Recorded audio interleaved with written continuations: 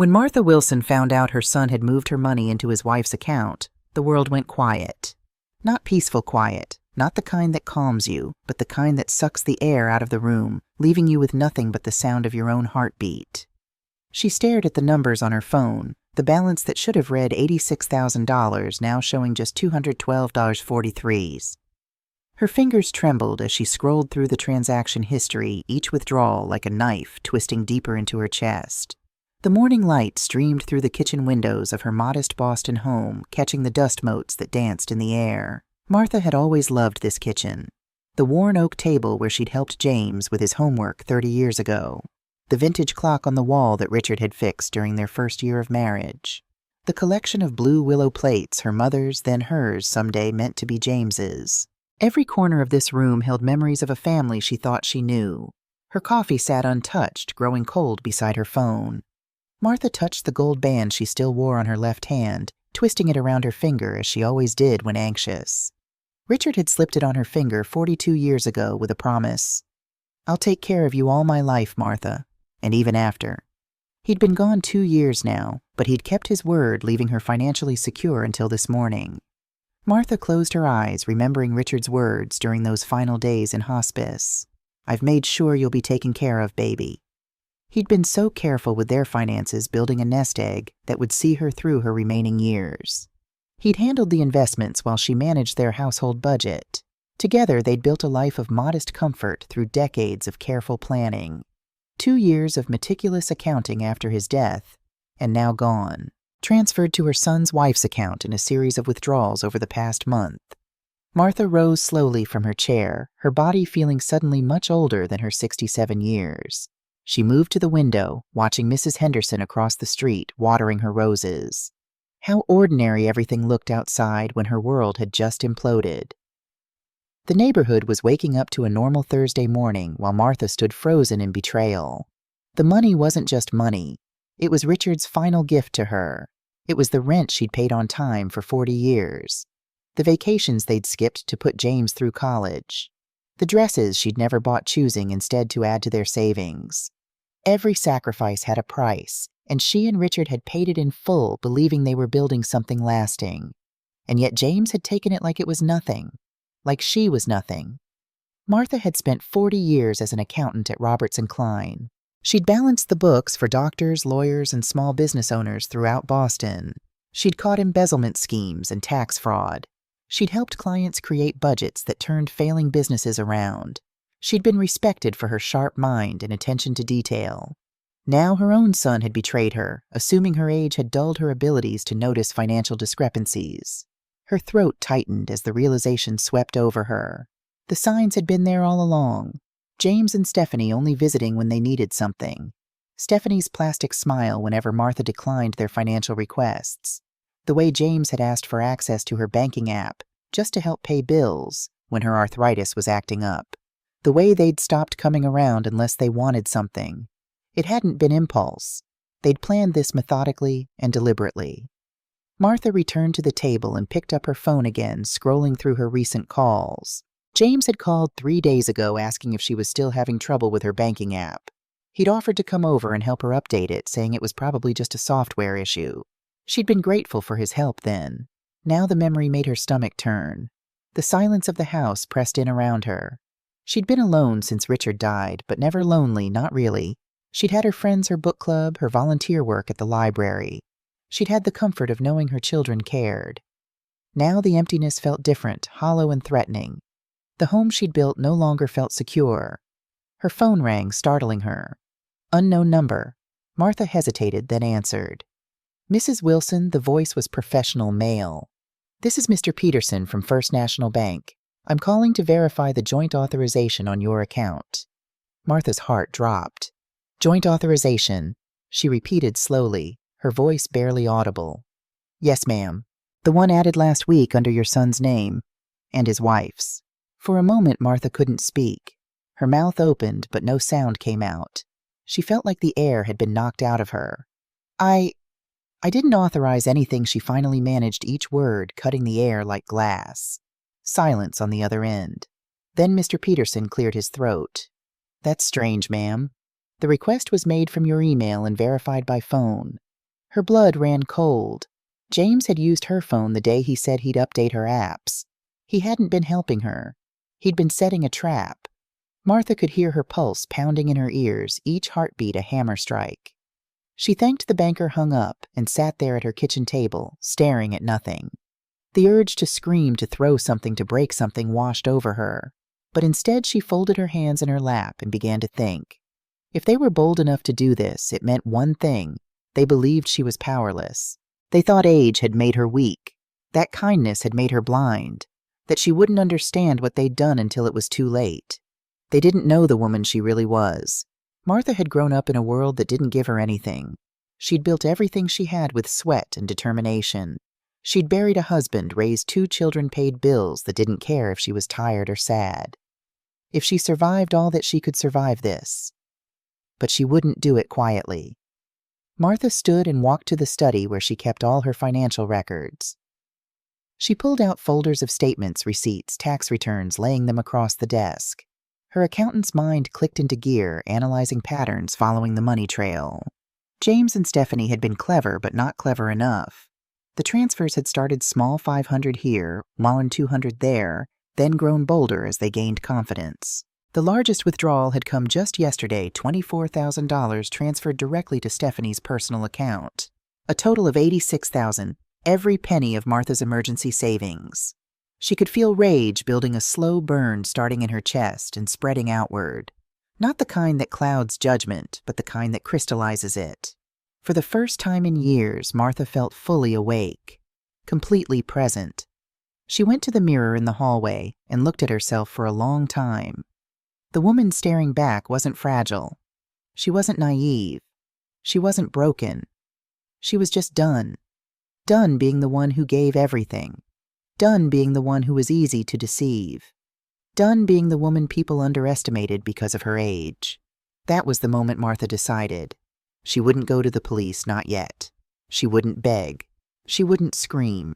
She'd do something much more dangerous. She would think. She would plan. She would take back what was hers on her terms. James thought moving her money was the end of the story. He didn't realize it was only the beginning. Martha moved to her computer, a machine Richard had insisted she learn to use when they were still in their 50s. "The world is changing, Marty," he'd said. "We need to change with it." She'd grumbled then, but now she was grateful. She opened her browser and began researching financial elder abuse. What she found both horrified and empowered her. She wasn't alone.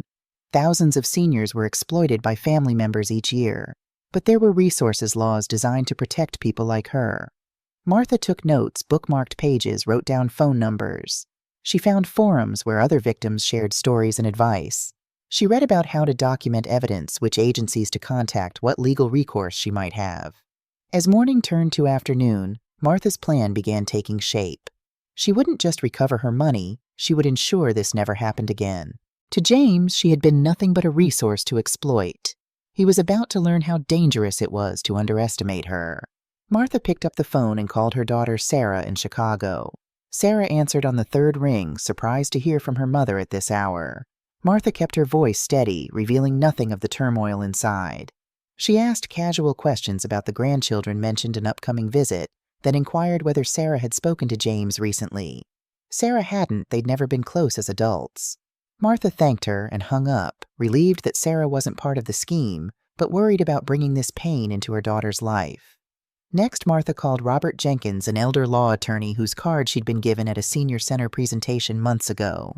She tucked it into her wallet, never thinking she'd need it. The receptionist offered an appointment next week, but Martha was firm. She needed to see Mr. Jenkins today. Something in her voice must have conveyed the urgency, because an hour later she was sitting in his downtown office. Jenkins was older than Martha had expected, perhaps in his early 70s, with silver hair and sharp blue eyes behind wire-rimmed glasses. His office walls displayed law degrees alongside photos of what appeared to be grandchildren. Martha felt an immediate sense of trust. Here was someone who understood what it meant to protect family legacy. Martha laid out the documents she'd brought: bank statements, transfer records, email confirmations. She explained how James had gained access to her accounts, how the bank had called about the joint authorization, how she'd discovered the full extent of the theft. Her voice never wavered, though her hands occasionally did. Jenkins listened without interrupting, occasionally making notes. When Martha finished, he removed his glasses and rubbed the bridge of his nose. Financial exploitation by family members is unfortunately common, but that doesn't make it any less criminal. The good news is there are clear steps we can take to recover your funds and protect your assets going forward. Martha felt a weight lift slightly from her shoulders. The path ahead would be difficult, but at least there was a path. Jenkins explained the legal options: reporting the fraud to the bank, filing a police report, pursuing civil action to recover the funds, and potentially seeking criminal charges for elder financial abuse. "They're my family," Martha said softly, the first crack appearing in her composure. "James is my son." Jenkins nodded understanding in his eyes. "That makes this harder emotionally, but doesn't change the legal situation. Your son committed theft. The fact that he's your son might make you hesitant to pursue all available remedies, but it doesn't excuse his actions." Martha straightened her spine, resolve hardening. "What would you do first?" Jenkins outlined a strategy. First, secure her remaining assets by changing all passwords and access points. Second, formally dispute the unauthorized transfers with the bank. Third, document everything while the details were fresh. Finally, consider whether to confront James directly or let legal proceedings make the first move. Martha listened, asking occasional questions, her mind already racing ahead to implementation. As the meeting concluded, Jenkins handed her a folder of resources and forms. "I've seen many clients in your situation, Mrs. Wilson. The ones who recover best are those who act decisively like you're doing. Don't let guilt or family ties prevent you from protecting yourself." On the drive home, Martha felt a strange mix of emotions: grief for the relationship she'd thought she had with her son, anger at the betrayal, but also a growing sense of purpose. She'd spent 2 years after Richard's death feeling increasingly irrelevant, watching her world shrink with age. Now, paradoxically, James's betrayal had awakened something in her. When she arrived home, there was a voicemail from James. "Hey, Mom, just checking in. Haven't heard from you in a few days. Give me a call when you can." The casual tone, as if nothing had happened, made Martha's blood boil. She deleted the message without returning the call and set about implementing the first steps of Jenkins' plan. She spent the evening changing every password, email, banking, investment accounts, social media. She called the bank's fraud department and initiated a formal dispute of the transfers. She documented the timeline of events in meticulous detail, her accountant's training serving her well. By midnight, she had secured what remained of her assets and laid groundwork for recovering what was taken. Martha slept fitfully, waking several times from dreams where she was falling, reaching for hands that kept pulling away. Around 5 in the morning, she gave up on sleep entirely. She made coffee strong and black and sat at her kitchen table watching the sunrise. The house felt different now, less a sanctuary, more a fortress she needed to defend. Her phone rang just after 8. James again. This time Martha answered. "Mom, where have you been? I've been trying to reach you." Martha measured her words carefully. "I've been busy. What do you need, James?" "Just checking in. Everything okay?" "You sound tired." The concern in his voice would have seemed genuine to anyone else. Martha knew better now. "Yes, I'm tired. It's been a long week. In fact, I was thinking of having you and Stephanie over for dinner Sunday.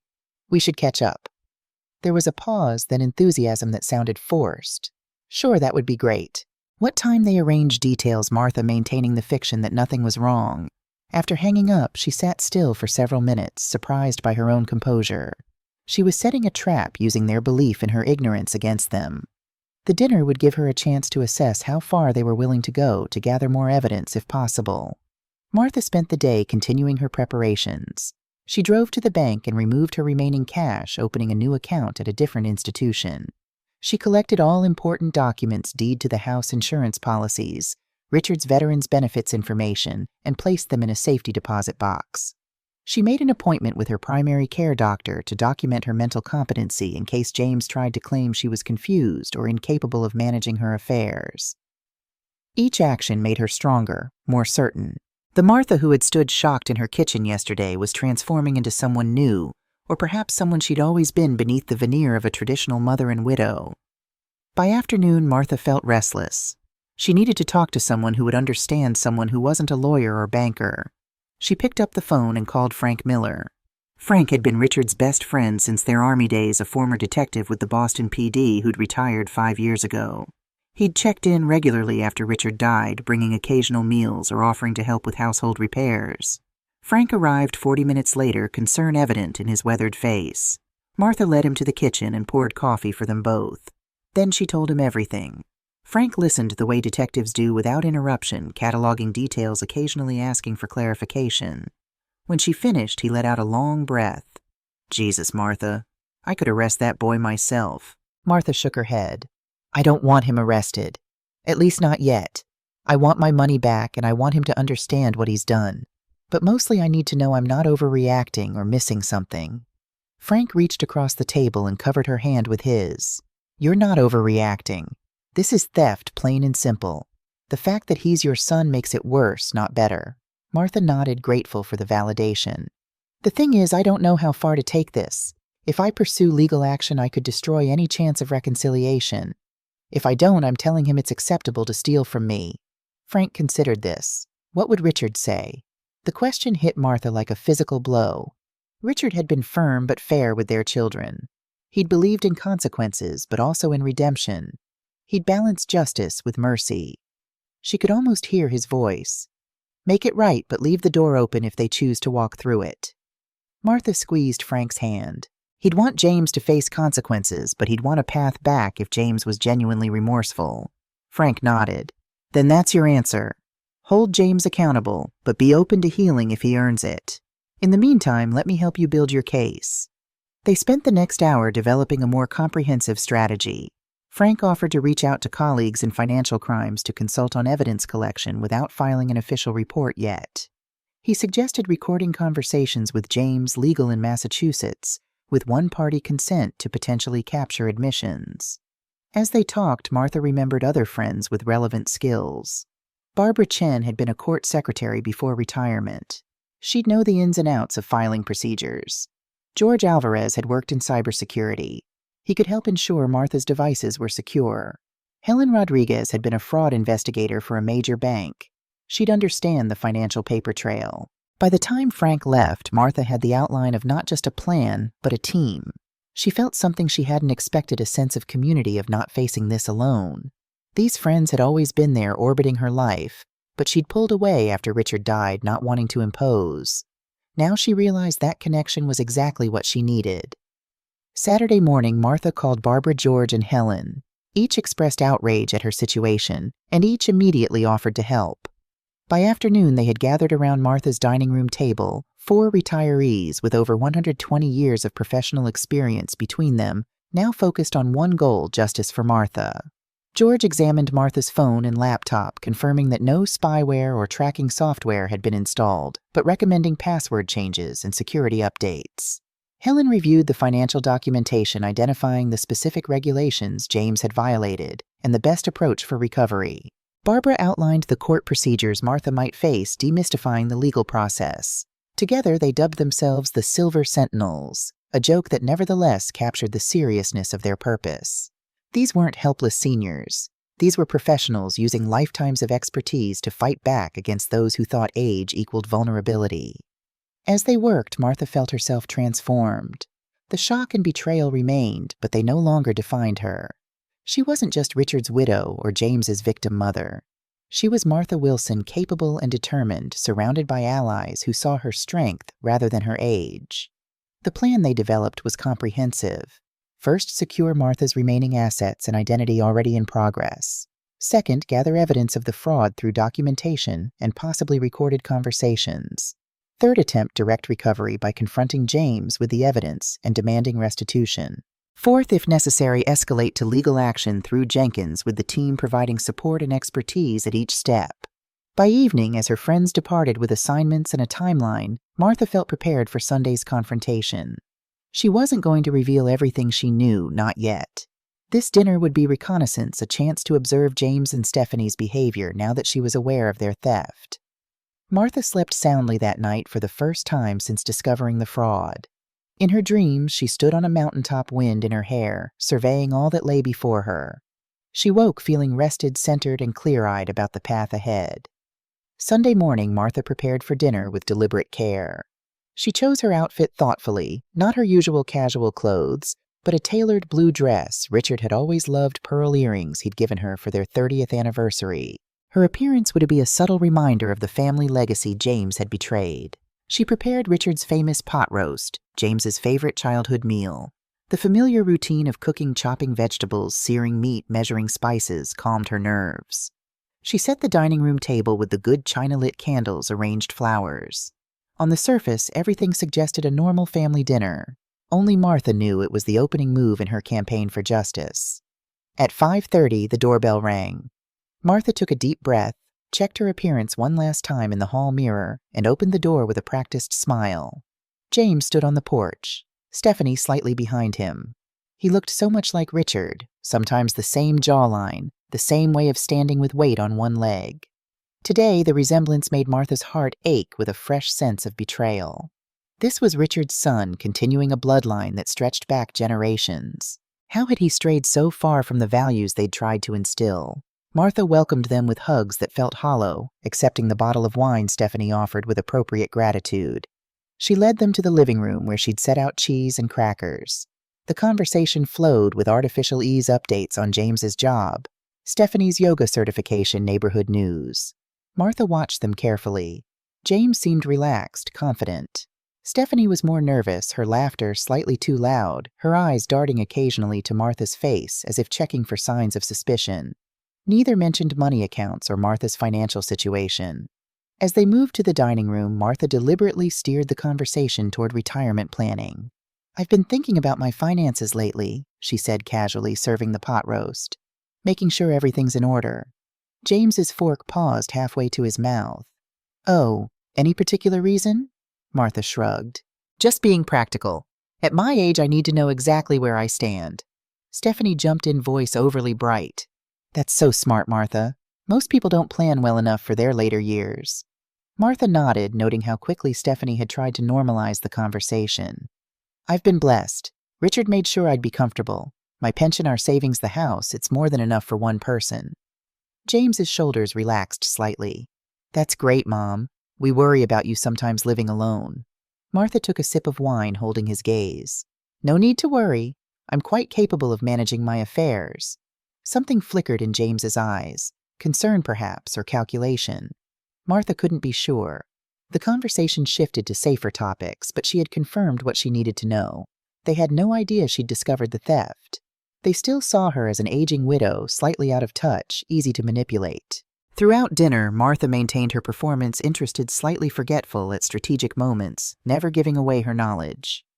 She asked about their recent purchases, noting how Stephanie tensed when mentioning their new car. She inquired about vacation plans, watching James falter when explaining how they could afford a Bermuda trip this year. Small tells, but to Martha's trained eye, they were confessions. After dessert, as they prepared to leave, Martha hugged James tightly. "I'm so grateful for you." She whispered the words true, despite everything. He was still her son, still the baby she'd held in her arms, still the boy whose scraped knees she'd bandaged. That made his betrayal infinitely worse, but also left a door open, just a crack, for eventual healing. When they'd gone, Martha sat alone in her living room replaying the evening. They were confident in their deception, secure in their belief that she would never discover what they'd done, or if she did, that she would be too embarrassed or confused to take action. They had underestimated her badly. Monday morning, Martha began implementing the next phase of the plan. She called Sarah again, this time revealing everything. Sarah's initial disbelief turned to fury, then determination to help.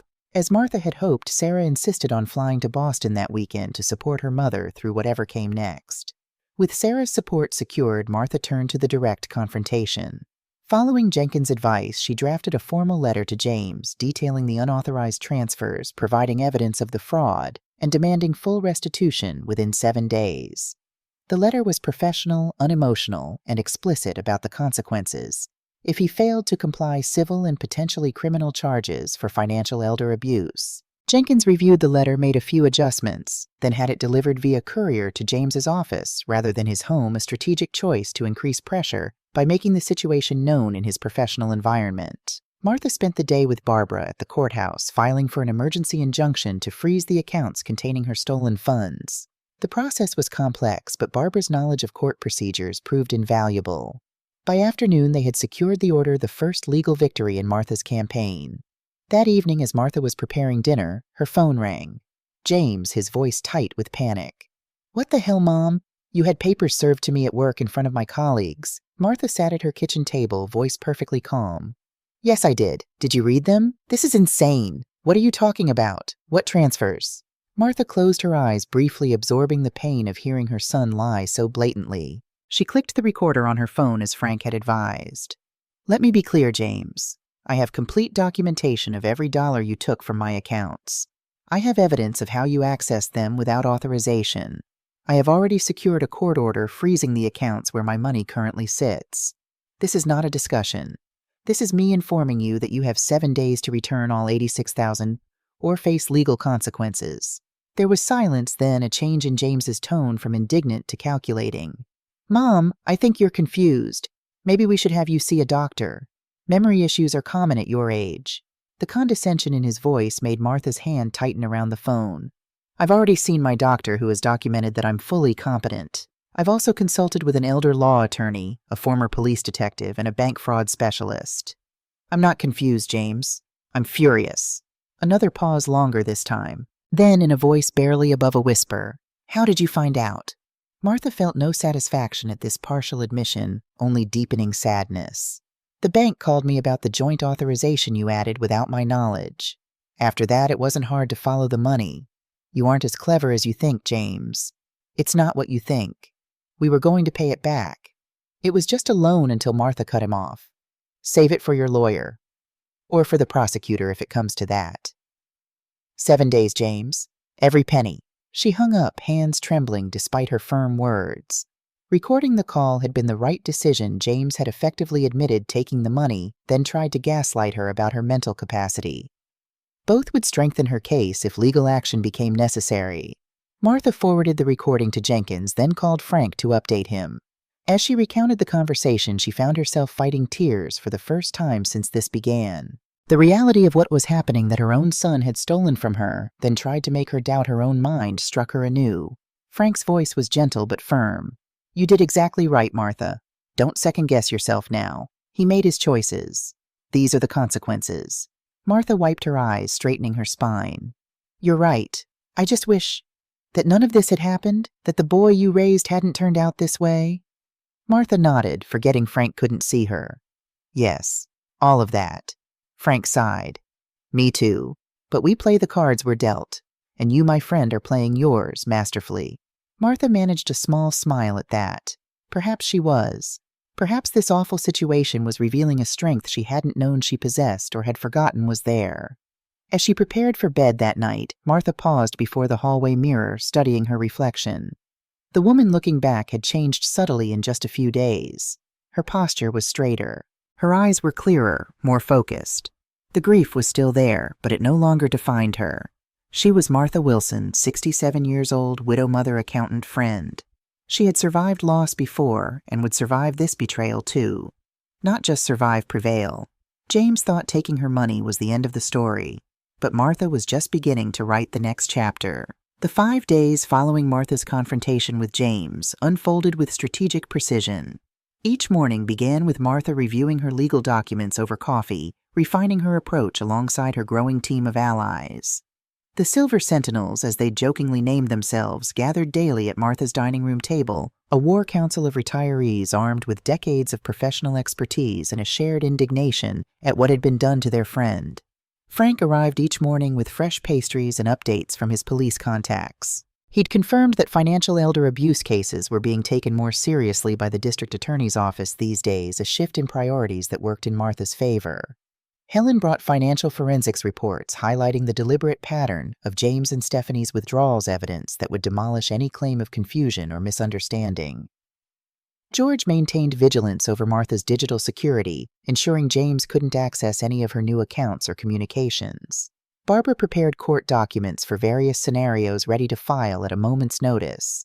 The dining room transformed into a command center with laptops, legal pads, and cell phones spread across the antique mahogany table where Martha had once hosted family Thanksgiving dinners. The irony wasn't lost on her. The very place where she'd nurtured family bonds now served as headquarters for her fight against family betrayal. On Wednesday morning, 3 days after Martha's ultimatum, Sarah arrived from Chicago. Martha met her at the airport, immediately struck by how much her daughter resembled Richard. The same determined set of the jaw, the same direct gaze. They embraced tightly, communicating volumes without words. During the drive home, Sarah's initial shock had evolved into focused anger. I always knew James had issues with money, but this crosses every line imaginable. The deception, the planning, it's sociopathic. Martha kept her eyes on the road, surprised by her own calm. I've moved past shock to clarity. This isn't just about money. It's about what James believes about me, that I'm negligible, easily discarded once my usefulness ends. Sarah reached across the console and squeezed her mother's hand. He couldn't be more wrong. Martha parked in the driveway of her home, noticing how Sarah surveyed the familiar place with new eyes.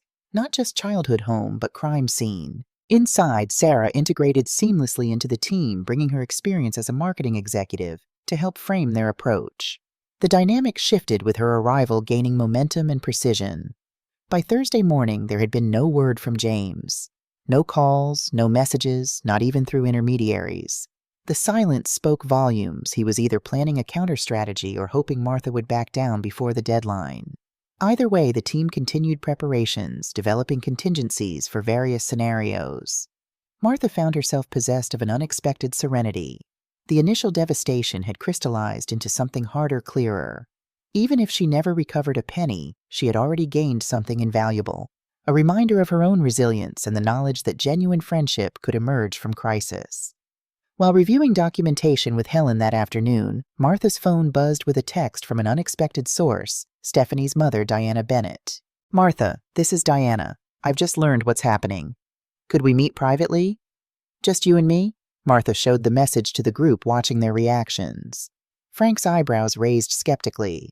Helen shook her head, cautious. Sarah's expression hardened with suspicion. "It's a trap," Sarah insisted. "They're trying to manipulate you outside the legal process." Martha considered this, remembering the few interactions she'd had with Diana over the years, a polite but distant woman who'd always seemed slightly uncomfortable around the Wilson family. Could be. Or Diana might be mortified by what her daughter has done. Either way, I want to hear what she has to say. After brief but intense debate, they agreed Martha would meet Diana, but with precautions. The meeting would take place in a public location. Frank would position himself nearby, unobtrusive but watchful. Martha would wear a discreet recording device George provided. Most importantly, Martha would say nothing that could compromise their legal position. They chose a small cafe downtown, neutral territory for both women. Martha arrived early, selecting a table with good sightlines to the entrance. She spotted Frank settling at the counter with a newspaper, his position offering a clear view of her table, while appearing casual. Diana arrived precisely on time, her tailored blazer and perfect blonde bob projecting corporate efficiency. Martha noted the designer handbag, the diamond tennis bracelet signs of the comfortable lifestyle Stephanie had grown up with, so different from the modest means Martha and Richard had provided James. "Martha, thank you for agreeing to meet." Diana's voice carried the slight tremor of someone navigating dangerous waters. Her eyes darted around the cafe before settling on Martha's face. "I'm here without Stephanie or James's knowledge." Martha nodded, saying nothing, allowing the silence to draw Diana out. Diana twisted her wedding ring, composure cracking slightly. "I found out 2 days ago. Stephanie broke down and told me everything after your letter arrived. She claimed it was James's idea initially, but she participated fully." "I'm horrified, Martha.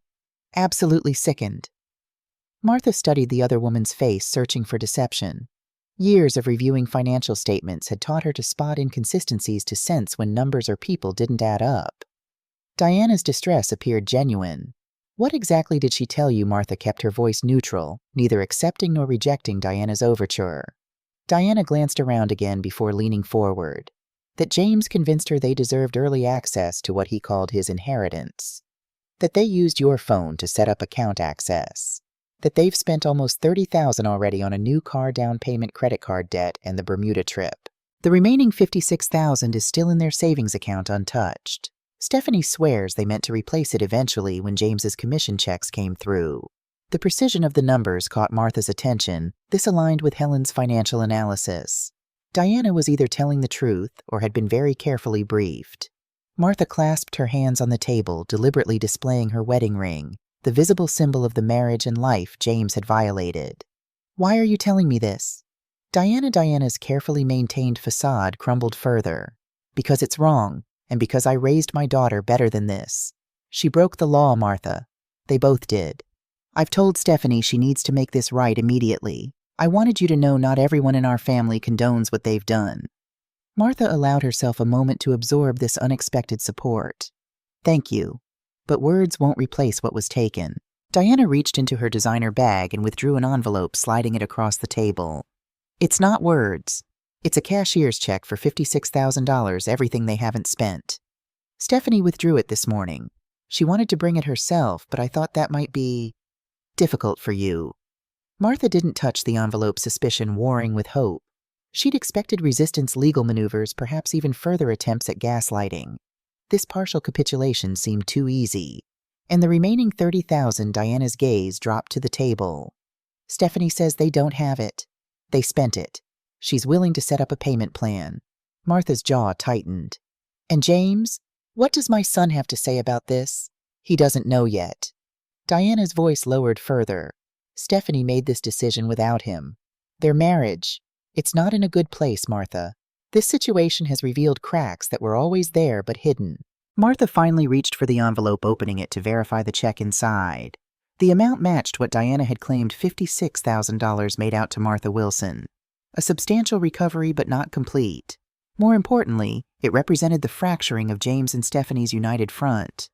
"I'll need to discuss this with my attorney," Martha said, tucking the envelope into her purse. "This doesn't necessarily end the legal process." Diana nodded, resignation in her eyes. "I understand. If it helps at all, I've told Stephanie she needs to provide a complete written confession of their actions. She's working on it now. I've also made it clear that if criminal charges are filed, I won't be paying for her defense." Martha studied Diana with new respect. The woman was throwing her own daughter under the proverbial bus in the name of justice, or perhaps in the name of forcing Stephanie to face necessary consequences. The remainder of their conversation covered practical matters: how the confession would be delivered, what Diana knew about James's current state of mind, potential approaches to recovering the spent funds. Throughout, Martha maintained her composure, neither accepting Diana's apologies on behalf of Stephanie, nor revealing the full extent of her legal preparations. As Diana prepared to leave, she hesitated. "Martha, may I ask, will you press criminal charges?" Martha met the other woman's anxious gaze directly. "That depends entirely on what happens in the next few days. I didn't start this, Diana. I won't be responsible for how it ends." Diana nodded once, accepting this hard truth, then departed with the straight-backed dignity of someone navigating a disaster entirely of her family's making. Martha remained at the table, processing this unexpected development. Frank joined her moments later, sliding into Diana's vacated seat. "You get all that?" Martha asked, knowing he'd been watching. Frank nodded, impressed. "Every word. The daughter's turning on the son. Oldest story in the book: when conspirators face consequences, loyalty evaporates." Martha tapped the envelope containing the check. "It's a start, but not enough." Frank leaned back, studying her face. "What are you thinking?" The corners of Martha's mouth lifted in a smile that held no warmth. "I'm thinking it's time to talk to my son directly. No lawyers, no intermediaries. Just him and me." The meeting with James was arranged for the following afternoon, Friday, 2 days before Martha's ultimatum expired. At Martha's insistence, they would meet at Richard's grave in Mount Auburn Cemetery. Sarah argued vehemently against this choice of location, calling it unnecessarily dramatic and potentially traumatic. Martha remained firm. She wanted James to face his father's memory directly while accounting for his actions. Martha arrived early, placing fresh flowers against Richard's headstone. The October afternoon spread gold and crimson across the cemetery's rolling hills and ancient trees. She'd always found peace in this place, visiting Richard weekly since his passing. Today, she drew strength from the connection, imagining his steadying presence beside her. James arrived precisely at 3, his business suit incongruous among the gravestones. He approached cautiously, his expression a practiced mask of concern hiding obvious tension. He stopped several feet from Martha, maintaining physical distance that mirrored their emotional separation. "Mom, this is an unusual place to meet." Martha rested her hand on Richard's headstone, drawing invisible connections between husband, wife, and son. "I thought your father should be part of this conversation." James shifted uncomfortably, eyes flicking to the granite marker before returning to Martha's face. "Stephanie told me she gave you money. That should resolve things." Martha let silence stretch between them, watching discomfort grow in her son's features. The son who had once told her everything, who had cried on her shoulder over childhood disappointments, who had danced with her at his wedding, now a stranger calculating angles of advantage against her. 56,000 isn't 86,000, Martha finally said. Elementary math, James. Something I taught you when you were 5. James ran a hand through his hair, a gesture so reminiscent of Richard that Martha's heart clenched despite everything. It's all we can access immediately. The rest, we used it. We'll pay it back over time. Martha studied her son's face, searching for remorse, for understanding of the magnitude of his betrayal. She found only discomfort at being caught, annoyance at the inconvenience. I've seen Stephanie's confession letter. She says it was your idea initially. James's expression hardened. She's lying. It was mutual. The ease with which he blamed his wife confirmed what Martha had suspected. There was no honor among thieves, not even those bound by marriage. Does it matter whose idea it was? You both executed it. You both benefited. You both betrayed me. James looked away, staring at a distant mausoleum rather than meeting his mother's gaze.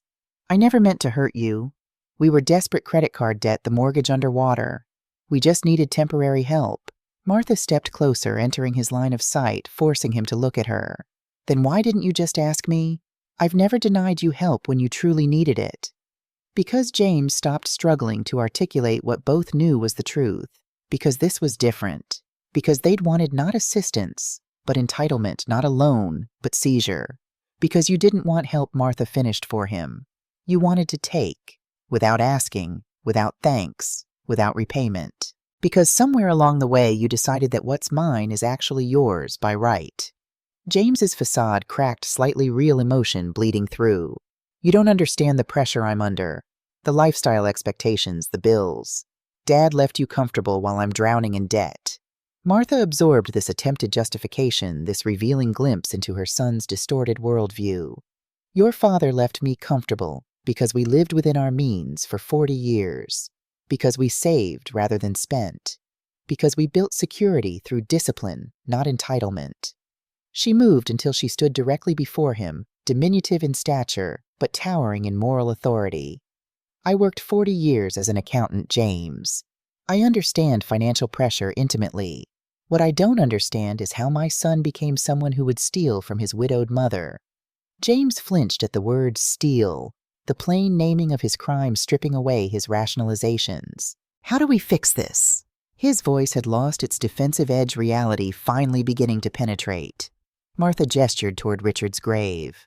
Start by apologizing to your father, then to me, then return every penny within the original 7-day deadline. Finally get professional help to understand why you did this and ensure it never happens again. James stared at his mother, seemingly shocked by the clarity and firmness of her demands. There was no bargaining in her voice, no maternal softness creating space for negotiation. This wasn't the forgiving mother of his childhood, but a woman of steel demanding justice. I can't get the full amount by Sunday. It's not possible. Then you face the consequences, Martha said simply. I filed the paperwork. If full restitution isn't made by the deadline, legal proceedings begin Monday morning. You do that to your own son, press charges. Let me go to jail. Martha held his gaze steadily. You did this to yourself, James. Every step of the way you made choices. Now I'm making mine. They stood facing each other across Richard's grave, the gulf between them far wider than physical distance. In that moment, Martha realized they were truly seeing each other clearly for the first time in years, perhaps ever. James was witnessing not the compliant mother who existed to meet his needs, but a complete human being with dignity and boundaries. Martha was seeing not the son she'd romanticized, but the flawed, struggling man he'd actually become. The wind picked up, sending fallen leaves skittering between them. Martha zipped her jacket, suddenly aware of the dropping temperature and the lateness of the hour. We're done here. You have until Sunday at noon. She turned to leave, then paused, looking back at her son. The saddest part, James, I would have given you anything if you'd simply asked with honesty and respect. Remember that when you're calculating what this deception has truly cost you. Martha walked away, leaving James standing alone by his father's grave. She didn't look back again, her step lighter than it had been in days. Whatever happened next, whether James made restitution or faced legal consequences, she had reclaimed her power in this relationship. She had looked betrayal in the face without flinching, without compromising her integrity. The Silver Sentinels were waiting at Martha's house along with Sarah. Their concerned expressions transformed to relief when Martha entered head-high, eyes clear. She placed her purse on the entry table and smoothed her hair, aware of 5 pairs of eyes tracking her movements. Well, Sarah broke first impatience, overriding restraint. "What happened?" Martha moved to her favorite armchair and sat, taking a moment to gather her thoughts before responding. "He knows the deadline stands. Sunday at noon, full restitution, or we proceed with legal action." Frank leaned forward. How did he take it? Martha considered this, replaying the subtle shifts in James's expression, the moments when his mask had slipped. "He's frightened. Not of jail necessarily, but of consequences generally. I suspect it's a new experience for him." Helen nodded approvingly. Fear can be educational when other teaching methods have failed. The group discussed next steps, preparing for either outcome. If James met the deadline, they'd need documentation of the repayment, formal withdrawal of legal complaints, and a structured agreement regarding future family interactions. If he didn't, they had court filings prepared, evidence organized, and a media statement drafted should the situation become public. Throughout the discussion, Martha noticed Sarah watching her with a complex mixture of admiration and concern. When the others departed, Frank to check with his police contacts, Helen to finalize financial documentation, Barbara to review legal filings, and George to secure Martha's home security system, Sarah remained settling beside her mother on the couch. "I'm proud of you, Mom. Your strength through all this. It's remarkable. But I'm worried too. Are you really prepared to follow through? To see James face legal consequences if he doesn't pay?" Martha considered the question carefully, respecting its importance. Until a week ago, she couldn't have imagined pursuing legal action against her own child. Now, having confronted the reality of his betrayal, she saw the situation with painful clarity. James had counted on her maternal love overriding all other considerations, including self-respect, financial security, and basic justice. "Sarah, do you remember what I told you when Tommy Greenberg pushed you off the slide in 2nd grade? Sarah blinked, surprised by the apparent non sequitur. "You said if someone treats you badly, they don't get to decide how you respond." "You do." Martha nodded, pleased at her daughter's recall. "The lesson applies at 7 or 70. James doesn't get to steal from me, then dictate how I react based on his comfort. Actions have consequences. That's the fundamental lesson he apparently never learned." Sarah squeezed her mother's hand, a gesture of solidarity. "I just don't want this to break you if it gets ugly." Martha returned the pressure, grateful for her daughter's concern, but secure in her resolve. "The only thing that would break me now is compromising my dignity by accepting less than I deserve. Whether James meets the deadline or not, I've already won the most important battle, the one for my self-respect." The weekend passed with excruciating slowness. Saturday dragged through, hours of hypervigilance, each phone call or email potentially bearing news from James. None came. The Silver Sentinels maintained their posts, Frank driving past James's house periodically to confirm he hadn't fled town, Helen monitoring financial accounts for any significant movements, George ensuring Martha's digital security remained intact, Barbara finalizing Monday's court filings just in case. Saturday night, Martha dreamed of Richard. They were young again, dancing in their first apartment furniture still in boxes around them. He spun her under his arm, laughing, then drew her close and whispered, "You were always the strong one, Marty. I just helped you remember it sometimes." She woke Sunday morning with tears on her cheeks, but peace in her heart. Whatever happened today, she would face it with the strength Richard had always seen in her, the strength her friends now rallied around, the strength she was reclaiming step by determined step. By 11, the tension in Martha's living room was palpable. Sarah paced between windows, checking the street for any sign of James's car. Frank sat in Richard's old armchair, ostensibly reading the newspaper, but turning pages too infrequently to be actually absorbing the content. Helen and Barbara sat at the dining table, documents spread before them, occasionally exchanging glances laden with unspoken concern. George monitored Martha's security feeds on his laptop, ensuring no unexpected approaches to the house. Martha alone appeared serene, knitting in her usual chair, the click of needles providing rhythm to the strained silence. Inside her, emotions churned: hope, battling resignation, maternal love, wrestling with righteous anger, but outwardly she projected calm certainty. At 11:42, a car pulled into the driveway. Not James's usual BMW, but Diana's silver Lexus. Sarah moved to the window, reporting movements, James emerging from the passenger side, clutching a briefcase.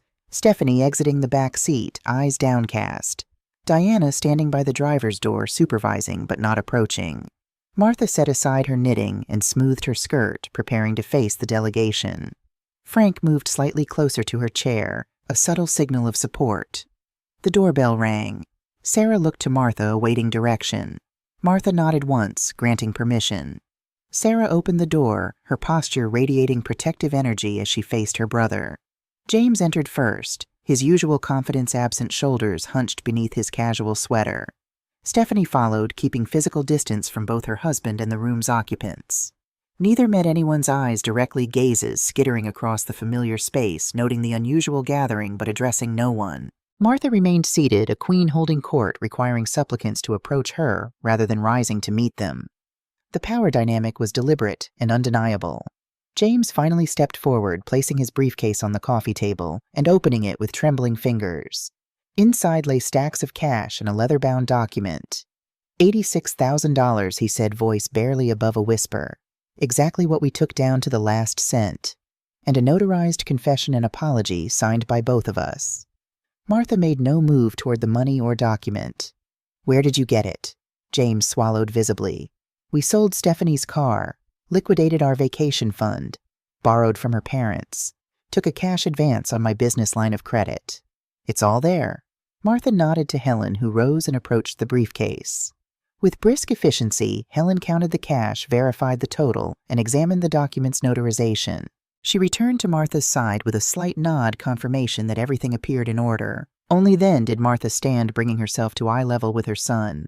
You've met the minimum requirements to avoid legal action. That doesn't erase what you did or instantly repair what you broke. James nodded, jerkily, relief at avoiding prosecution, warring with the discomfort of facing the full assembly of his mother's defenders. What happens now? Martha glanced at the silver-haired sentinels positioned strategically around her living room, then at Sarah standing vigilant by the door, and finally at Stephanie, hovering uncomfortably beside her husband. In that moment, she made a decision not just about how to respond to James's question, but about the shape of her future relationship with her son. Now she said deliberately, we rebuild but differently. With boundaries I enforce and respect you earn, not assume. With transparency about finances and intentions. With regular sessions with a family counselor to address the breach of trust. James blinked clearly, having expected either immediate forgiveness or permanent rejection, not this measured path forward requiring ongoing effort and accountability. And if we don't agree to those terms, Stephanie spoke for the first time, her voice brittle with defensive pride, even in capitulation. Martha turned her steady gaze to her daughter-in-law. Then we maintain strict financial and emotional separation. I'll have no relationship with people I cannot trust, regardless of blood or marriage ties. The choice is yours. The room held its collective breath as James and Stephanie exchanged glances, an entire conversation passing silently between them. Finally, James turned back to Martha, something new flickering in his expression, perhaps the first glimmer of genuine remorse, or simply recognition of a power shift he couldn't reverse. We'll try, he said softly. We'll do the counseling, the boundaries, whatever it takes. Martha nodded once, accepting this initial step without over-celebrating it. Good. Sarah will coordinate the first counseling appointment. Until then, we'll have limited contact. You should go now. The dismissal was clear and non-negotiable. James hesitated, perhaps wanting more immediate resolution, but Stephanie tugged gently at his sleeve. Together they retreated toward the door, stopping only when Martha spoke again. James, one more thing. She waited until he turned fully toward her. I forgive you not because you deserve it yet, but because carrying anger serves no one. Forgiveness doesn't mean forgetting or pretending it never happened. It means I'm choosing not to let your actions poison my peace. Something crumbled in James's expression, a wall, a pretense perhaps the last of his self-justification. For the first time, Martha glimpsed genuine understanding in her son's eyes. Thank you. He whispered the words, barely audible but heartfelt. After they departed, the tension in the room dissolved into quiet celebration. Frank clapped Martha on the shoulder with gruff approval. Helen efficiently secured the recovered funds for proper bank deposit. Barbara collected the notarized confession for safekeeping. George powered down his security monitoring with a satisfied nod. Sarah embraced her mother tightly, whispering congratulations. Martha accepted their support gratefully, but as evening approached, she found herself craving solitude. Her friends departed with promises to check in tomorrow, understanding her need to process the day's events privately. Sarah was the last to leave, reluctant but respectful of her mother's request for space. Alone in the house that had witnessed her greatest joy and deepest pain, Martha moved through familiar rooms with fresh awareness. She traced her fingers along furniture Richard had chosen, photographs they'd framed together, books they'd read aloud to each other during his final months. She paused before the hall mirror where she'd first resolved to fight back against James's betrayal, studying her reflection with new eyes. The woman looking back wasn't the same one who had stood shocked and shattered a week ago. This woman stood straighter, her gaze clearer, her presence more solidly anchored in her own worth. The betrayal had changed her, but not in the way James had anticipated. Instead of diminishing her, it had burned away the last of her hesitation about claiming her full power. Martha settled in Richard's favorite chair by the front window, watching darkness gather over the neighborhood. She felt his absence keenly. In moments like this, sunset had been their special time for quiet conversation, for shared reflection on the day's events. She could almost hear his voice, rich with pride. "You showed him who you really are, Marty. Not just his mother, but a force to be reckoned with." Martha smiled at the imagined words, acknowledging their truth. She had indeed shown James and herself exactly who she was, not defined by age or widowhood or motherhood alone, but by courage, dignity, and uncompromising self-respect. The full moon rose, casting silver light across Martha's living room. She didn't turn on lamps, preferring to sit in the gentle lunar illumination. The recovered money would be deposited tomorrow, her financial security restored. The deeper wound of betrayal would take longer to heal, but the path forward was clear, bounded by the new strength she'd discovered within herself and the loyal friends who'd rallied to her side. Martha Wilson had entered this crisis as a victim. She emerged as a victor not over her son, but over the fear and self-doubt that had allowed his betrayal to occur. She had reclaimed not just her money, but her power, her voice, her unshakable sense of her own value. Tomorrow would bring new challenges: family counseling to coordinate financial protections, to establish relationships to carefully rebuild. Tonight, however, was for honoring the journey she'd completed and the woman she'd become through its trials. Martha lifted her face to the moonlight, allowing its cool radiance to wash over her. In its glow, she silently renewed her commitment to herself, to maintain the boundaries she'd established, to nurture the friendships that had sustained her, and to carry forward the hard-won wisdom of these difficult days. The betrayal had cost her dearly, but what she'd gained in return was beyond price. The unshakable knowledge that at 67 her story wasn't ending, but evolving, revealing new chapters of strength, purpose, and possibility with each turning page. Spring arrived in Boston with characteristic temperamental beauty, cherry blossoms one day, snow flurries the next. 6 months had passed since Martha had confronted James and reclaimed her finances, her dignity, and her personal power.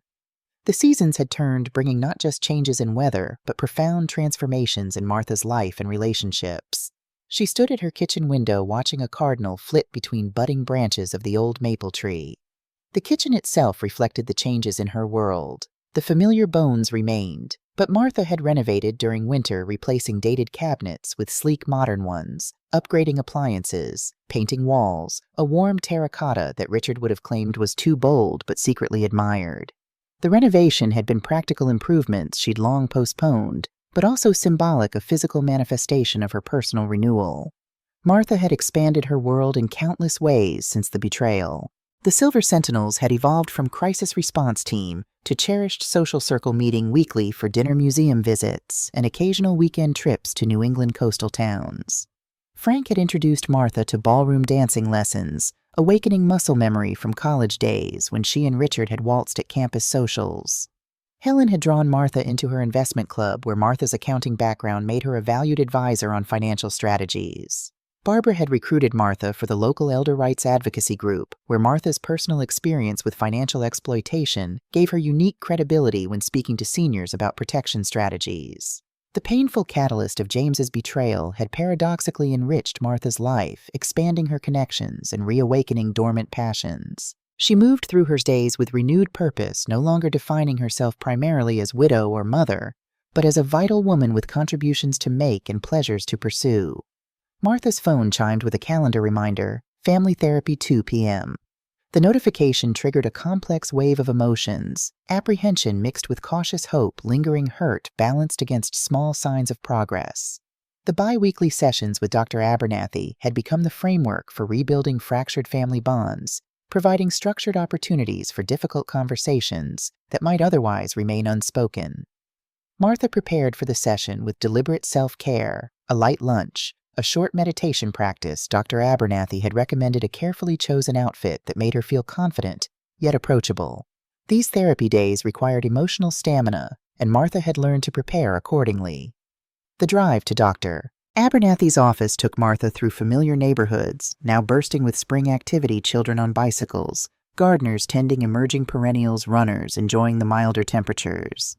Martha navigated with one hand on the wheel of her new car, a practical but elegant sedan she'd purchased after realizing her old vehicle carried too many memories of Richard in the passenger seat, of James learning to drive, of family trips now colored by knowledge of betrayal. The new car, like her renovated kitchen, represented Martha's commitment to moving forward rather than clinging to a past that existed only in memory.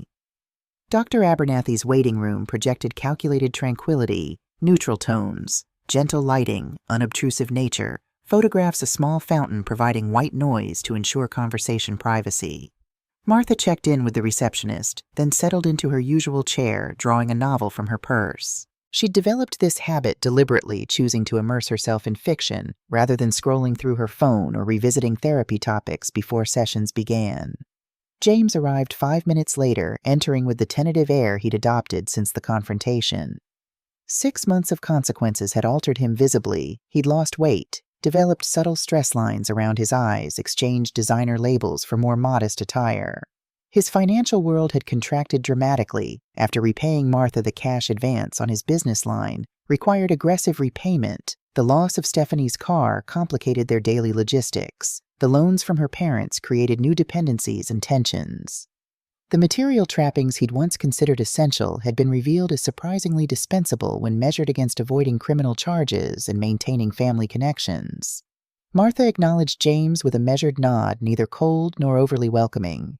Their relationship existed in this careful middle ground, now civil, occasionally warm, but perpetually vigilant. Trust, once shattered, reformed slowly, if at all.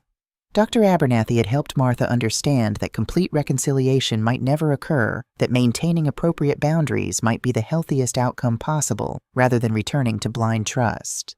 When Dr. Abernathy called them in, Martha marked her place in her novel and followed James into the comfortable office with its 2 sofas arranged at right angles, allowing family members to avoid direct confrontation while maintaining connection. Dr. Abernathy, a silver-haired woman with intelligent eyes and a deceptively gentle manner, had proven remarkably effective at navigating the Wilson family dynamics, pushing when necessary while providing safe harbor for difficult emotions. Today marks 6 months since you began therapy. Dr. Abernathy settled into her chair, notebook open, but attention fully present. I'd like to use this session to assess progress, identify continuing challenges, and establish goals for our next phase of work. Martha, would you like to start with your perspective on what's changed? Martha gathered her thoughts, measuring words carefully, as she'd learned to do in these sessions. She'd discovered that raw honesty delivered with dignity proved most effective, neither sugarcoating to spare James's feelings nor weaponizing truth to punish him. The most significant change is within myself. 6 months ago, I defined the situation primarily through loss: my money, my trust in my son, my sense of family security. Today, while those losses remain real, I've gained far more than was taken. I've discovered strength, I'd forgotten built friendships that sustain me, and developed clearer boundaries in all my relationships. The betrayal forced me to reassess everything: how I engage with others, how I protect myself, what I truly value. That reassessment has been painful, but ultimately liberating. Martha paused, observing James's reaction from her peripheral vision, the slight flinch at betrayal, the downward glance at trust, the visible tension at boundaries. His discomfort with direct examination of his actions remained evident, though diminished from earlier sessions when he'd physically recoiled from accountability discussions. Regarding our relationship, Martha continued, I've released expectations of what it should be based on idealized notions of mother-son bonds. Instead, I'm building a relationship based on who we actually are now, not who we were or who I imagined we might be. That means accepting permanent changes resulting from James's actions while remaining open to genuine growth and repair where possible. Dr. Abernathy nodded, then turned to James. And your perspective? James shifted on the sofa, the leather creaking beneath him. The physical sound underscored the weight of the moment, the unavoidable confrontation with consequences that therapy continually required of him. His voice emerged quieter than his pre-betrayal confidence, yet more authentic than the defensive posturing of earlier sessions. I'm still struggling to reconcile who I thought I was with what I actually did. I didn't think of myself as someone who would steal, especially from family. Finding out that I was capable of that has forced me to question everything about myself, my values, my character, my marriage, my priorities. I've had to confront how easily I justified hurting someone I love because I wanted something for myself. That's been devastating. He looked directly at Martha, making the eye contact he'd often avoided. I know I've said this before, but I'm genuinely sorry. Not just for getting caught or facing consequences, but for the pain I caused and the trust I destroyed. I don't expect forgiveness on any specific timeline. I'm trying to earn it through actions, not just words. Martha acknowledged this with a slight nod, appreciating the effort while maintaining emotional boundaries she'd worked hard to establish. The therapy sessions had often focused on this particular challenge, how Martha could acknowledge James's genuine remorse and incremental improvements without prematurely lowering protective barriers or signaling that all was forgotten. Dr. Abernathy guided them through a structured review of the past 6 months. Communication improvements, boundary establishments, practical agreements about financial transparency, ongoing challenges with extended family members who'd taken sides in the conflict. Throughout, she maintained focus on behavioral patterns rather than isolated incidents, helping both Martha and James recognize larger dynamics at play beneath surface interactions. As the session neared conclusion, Dr. Abernathy introduced a new topic. I'd like to discuss something that's been peripheral in our conversations, but may benefit from direct attention. Stephanie's absence from these sessions and from family interactions generally. James, how does her withdrawal affect the repair process with your mother? James tensed, visibly discomfort radiating through his posture. Stephanie and I are separated.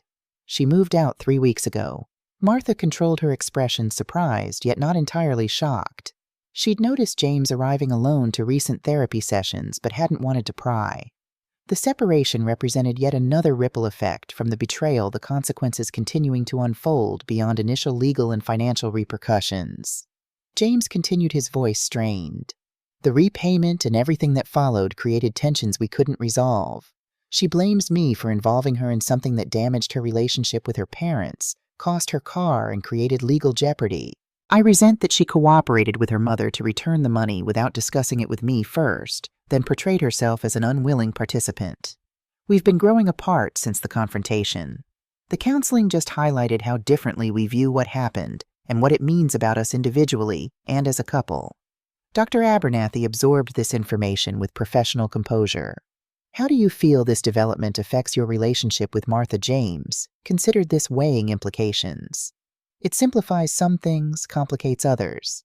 Stephanie's presence was a constant reminder for Mom of the betrayal. Her absence removes that trigger. But it also means I'm facing all of this alone now without anyone who fully understands my perspective. Martha watched her son as he spoke, seeing not just the confident professional who'd thought himself entitled to her savings, but the boy who'd cried when he struck out in Little League, the teenager who'd needed extra math tutoring despite his bravado, the young man who'd appeared so certain at his wedding, yet had clearly missed fundamental character assessment of his chosen partner. The complexity of truly seeing another person, their weaknesses and strengths, their capacity for both harm and growth, struck Martha anew. Perhaps for the first time, Martha fully internalized that James's betrayal reflected his flaws rather than her failings as a mother. The realization lifted an unacknowledged weight she'd carried these 6 months, the nagging suspicion that better parenting would have prevented his moral lapse, that Richard's death had somehow catalyzed their son's ethical collapse. James had made his choices as an autonomous adult, and now he faced their consequences similarly autonomous. Dr. Abernathy guided the session to closure, assigning reflection exercises for their next meeting and acknowledging the significance of the 6-month milestone. As they gathered their belongings, she offered a final observation. Healthy relationships aren't characterized by an absence of conflict, but by how conflict is managed and resolved. You're both showing remarkable commitment to managing this profound conflict constructively. That doesn't guarantee specific outcomes, but it creates the possibility for genuine healing over time. Martha and James walked together to the parking lot, maintaining the careful distance that characterized their interactions, now close enough for conversation, distant enough for comfort. The April afternoon had turned glorious while they'd been inside spring sunshine, warming the pavement, daffodils nodding in planters near the building entrance. James hesitated beside Martha's new car, visibly gathering courage. "Mom, I was wondering if you might be willing to have coffee sometime. Not as a therapy exercise, just coffee, to talk about normal things." Martha considered the request assessing her own emotional readiness, rather than automatically accommodating her son's wishes as she might have done before. The request represented potential progress, a step toward normalizing relations without pretending the past hadn't happened. "I think I'd like that. Next week, perhaps.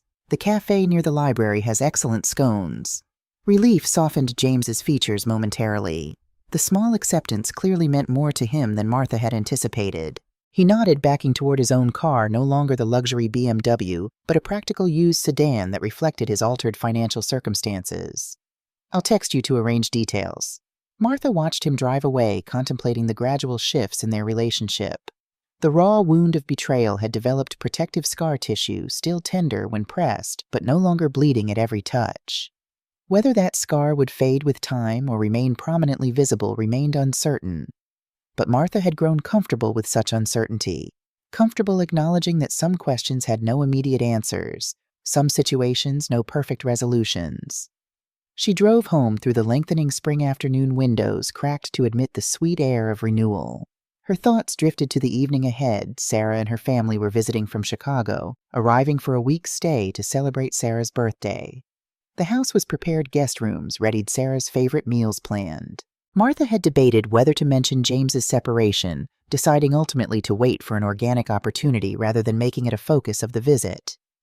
Martha pulled into her driveway, noting with satisfaction the landscaping improvements she'd commissioned: new flower beds defining the front walkway, a Japanese maple replacing the overgrown shrubs beneath the living room windows.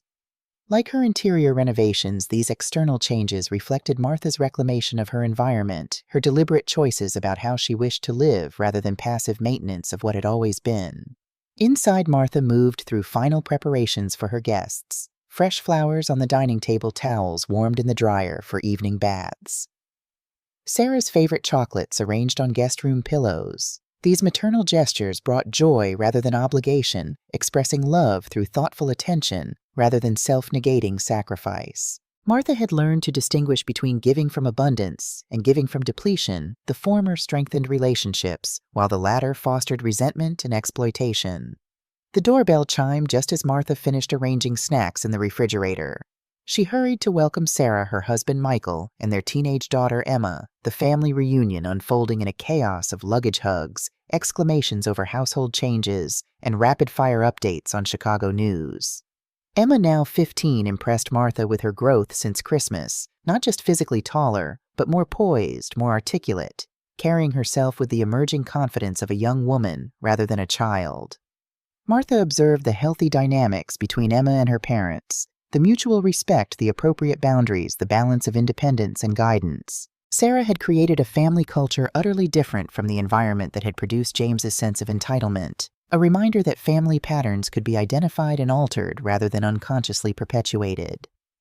Over dinner, conversation flowed naturally between topics: Emma's debate team successes, Michael's new position at his architecture firm, Sarah's community leadership role, neighborhood developments, political concerns, movie recommendations.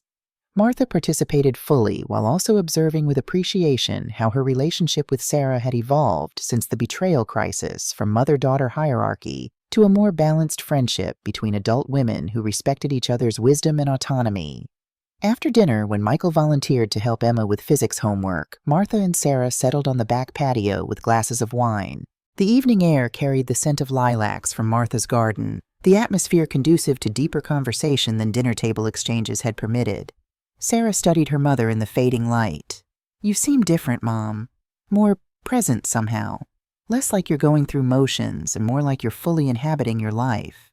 Is that a fair observation? Martha considered this assessment, appreciating its accuracy. "Very fair. For 2 years after your father died, I existed rather than lived." Then came James's betrayal, which ironically forced me back into full engagement with life.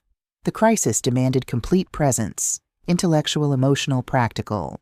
That awakening continued even after the immediate situation resolved. She sipped her wine, organizing thoughts about this unexpected evolution. It's like I rediscovered myself beneath accumulated layers of roles and routines. I'm still a widow, still a mother, but those identities no longer define me exclusively. I'm Martha, first a woman with interests, opinions, capabilities, and choices. That shift feels like finally removing a coat that's grown too heavy. Sarah nodded, understanding evident in her expression. You're modeling something important for Emma, that women don't diminish with age or become less valid when traditional roles change. That we continue growing and evolving throughout our lives. Martha hadn't considered this intergenerational impact, the example she set for her granddaughter, by reclaiming her vitality rather than settling into diminished expectations. The observation added another dimension to her personal renaissance, not just self-restoration, but demonstration for younger women that aging needn't equal reduction. Their conversation meandered through various topics before Sarah cautiously approached the subject of James. How are things between you two? Really not the diplomatic version. Martha appreciated Sarah's directness, the absence of evasion that characterized their strongest interactions. Improving gradually. The therapy helps providing structure for difficult conversations we'd otherwise avoid. We maintain clear boundaries. No financial entanglements, no unsupervised access to my accounts or personal information, limited sharing about sensitive topics. Within those boundaries, we're developing a new relationship based on who we actually are, rather than prescribed roles. Sarah absorbed this assessment, then ventured further. Do you trust him again? Martha weighed the question's complexity, appreciating that Sarah sought honest reflection rather than reassuring platitudes. I trust him differently. I trust him to attend therapy consistently because it's required to maintain contact with me. I trust him to respect explicit boundaries because he knows violation means immediate consequences. I trust that he feels genuine remorse based on consistent behavior over months. I don't trust him with unfettered access to my finances or personal information. I don't trust him to recognize and resist self-serving impulses without external structures. It's a qualified trust, contextual, rather than absolute. The distinction represented Martha's hard-won wisdom recognition that trust existed on a spectrum rather than as a binary state, that relationships could function within carefully defined parameters of partial trust rather than demanding either complete vulnerability or total estrangement. Sarah nodded slowly, processing this nuanced perspective. That sounds healthy, actually. More realistic than either cutting him off completely or pretending nothing happened. Martha agreed, grateful that Sarah understood the careful balance she'd established. Speaking of James, he mentioned today that he and Stephanie have separated. He's moved out, or she has, I didn't clarify details. Sarah's eyebrows rose, surprised, but not shocked. Their marriage always seemed based on shared materialism rather than deeper connection. Once the lifestyle deflated, I'm not surprised the relationship followed. Martha considered this assessment, recognizing its probable accuracy while acknowledging the complexity of any marriage viewed from outside. The betrayal and its aftermath had certainly revealed fundamental character divergences between James and Stephanie. Different responses to crisis, different approaches to accountability, different priorities when resources became limited. The conversation shifted to lighter topics as evening deepened around them.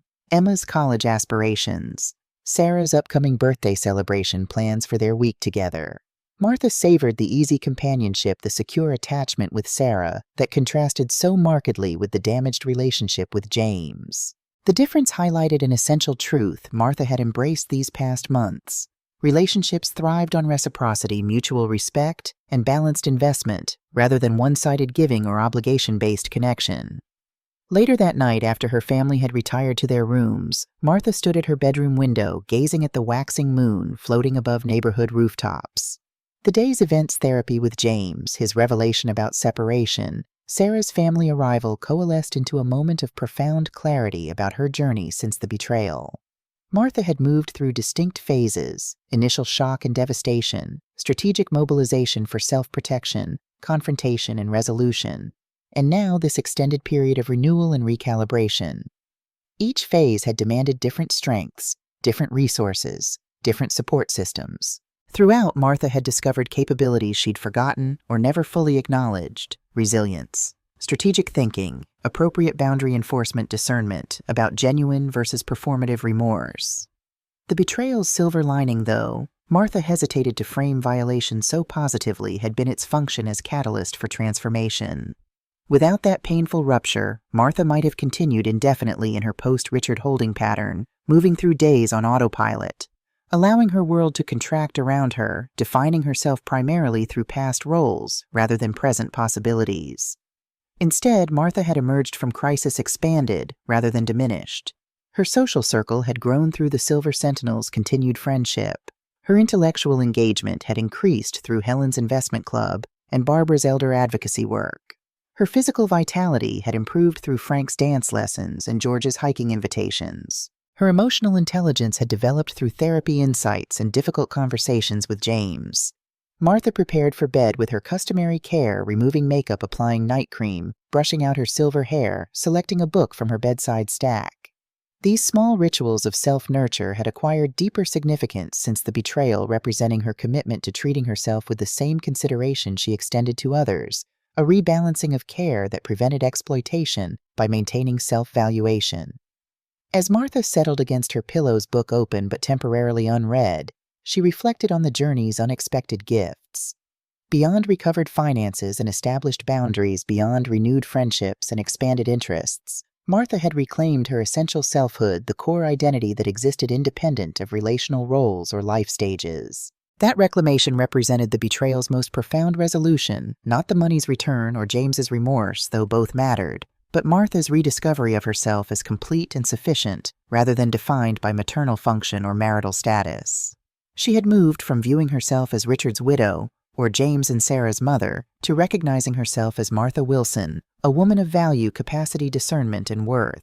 The morning brought perfect spring weather for Sarah's birthday celebration: clear skies, gentle breezes, temperatures ideal for the botanical garden tour Martha had arranged. They spent hours wandering flowering paths, admiring spring blooms, stopping for lunch at the garden cafe, taking photographs for Sarah to share with Chicago friends. The day unfolded with effortless pleasure. 3 generations of Wilson women enjoying each other's company, without the undercurrent of tension that had characterized family gatherings during Richard's final illness and after James's betrayal. Returning home late afternoon, they found an unexpected package on Martha's doorstep, elegantly wrapped, addressed in familiar handwriting. Inside, nestled among tissue paper, lay a small wooden box intricately carved with maple leaves. A card accompanied it, James's distinctive script flowing across heavyweight stationery. "Happy birthday, Sarah. I'm respecting boundaries by not attending family celebrations uninvited, but wanted to acknowledge your special day. The box is handmade. I've taken up woodworking as therapy suggested. Finding it grounds me in something real and honest. It's not a grand gesture, just a small offering as I continue learning what matters beyond materialism. With love, your brother." Sarah examined the box with evident surprise, turning it to appreciate the craftsmanship, testing the smooth hinged lid, running fingers along meticulously carved details. "This is unexpected, and actually beautiful." Martha watched her daughter process this overture from the brother who'd grown increasingly distant even before the betrayal, whose values had diverged so dramatically from Sarah's community-focused priorities and modest lifestyle. The gift represented more than carved wood. It symbolized James's tentative steps toward authentic connection, rather than materialistic display, toward creating rather than consuming, toward offering rather than taking. Sarah placed the box on Martha's entry table, neither rejecting James's gesture nor immediately embracing reconciliation. "I'll text him thanks later. It's thoughtful and clearly took considerable effort." Her measured response reflected the Wilson family's new normal appreciation for positive efforts, without premature forgiveness, acknowledgement of improvement, without erasing accountability, openness to change while maintaining appropriate caution. Martha recognized her own influence in Sarah's balanced approach, the modeling of dignified boundary maintenance rather than either vindictiveness or naive trust. The evening centered around Sarah's birthday dinner, her favorite foods prepared by Martha. Small, meaningful gifts from family members, conversation flowing easily around the dining table that had witnessed decades of Wilson celebrations. Martha observed with quiet satisfaction how her home had reclaimed its function as haven rather than battlefield, how family bonds had begun healing even with James's physical absence, how life continued evolving rather than ending with betrayal's wound. After dinner, while Michael helped Emma finalize a school presentation, Sarah and Martha settled in the living room with coffee and remaining birthday cake. Sarah gestured toward James's wood-carved gift, which she'd moved to the coffee table. "Do you think he's genuinely changing or just performing what he thinks therapy wants?" Martha considered this astute question, acknowledging its importance for both her own boundaries and Sarah's relationship decisions regarding her brother. The truest answer is probably some of both.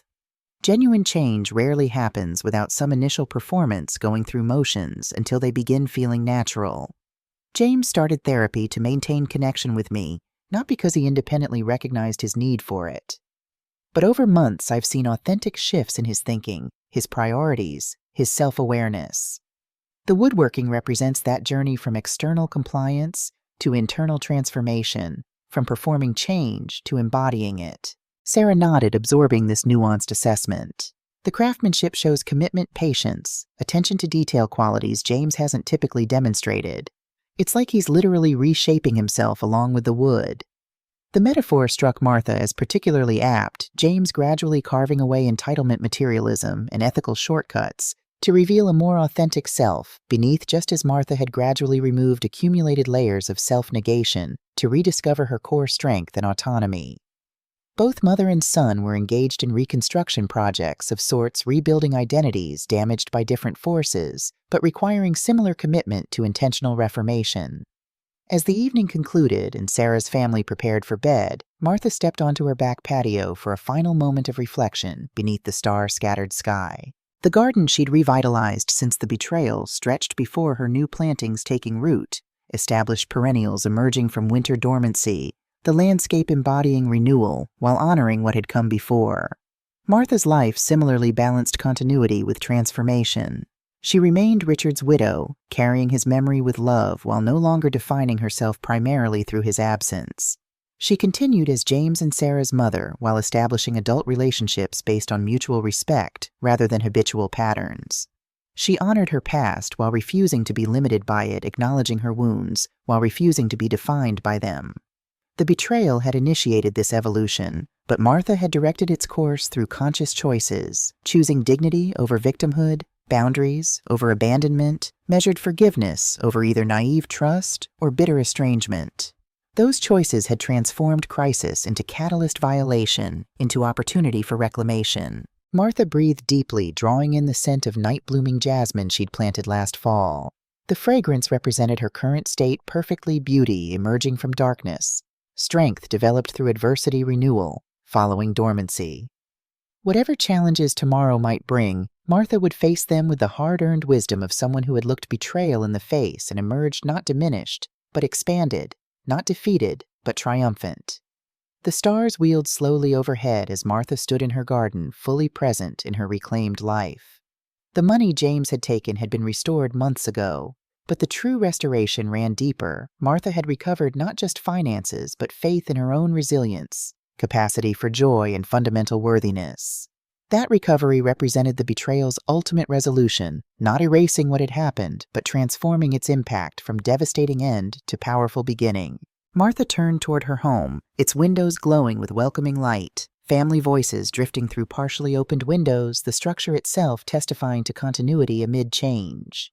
Tomorrow would bring Sarah's continued celebration coffee with the Silver Sentinels, perhaps a text exchange with James about his woodworking progress. Life continuing evolving, offering new possibilities with each sunrise. Martha stepped inside, closing the door on darkness while carrying forward the clarity she'd gained beneath the stars. The understanding that while betrayal might wound deeply, it need not wound permanently. That recovery wasn't return to previous states, but evolution towards something potentially stronger. That wisdom earned through pain while costly offered illumination unavailable through easier paths. The true victory lay not in confronting James or recovering money, though both mattered, but in Martha's discovery that at 67 her story remained unfinished, her capacity for growth unlimited, her worth undiminished by others' actions. She had transformed from someone defined by what had been done to her into someone characterized by how she had responded with dignity, courage, discernment, and ultimately a grace that encompassed accountability without surrendering possibility. Martha locked her door, set her alarm, and moved through her nighttime routine with quiet contentment.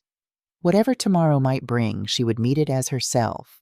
Not a role, not a function, but Martha Wilson in full possession of her worth, her voice, and her power to shape her life according to her own values rather than others' expectations. In that self-possession lay the betrayal's deepest healing, not because the wound had never existed, but because Martha had refused to allow it to define her story's conclusion. Instead, she had written a new chapter one where betrayal served not as devastating finale, but as unexpected opening to renewal reclamation, and ultimately a life more authentically her own than any she had known before.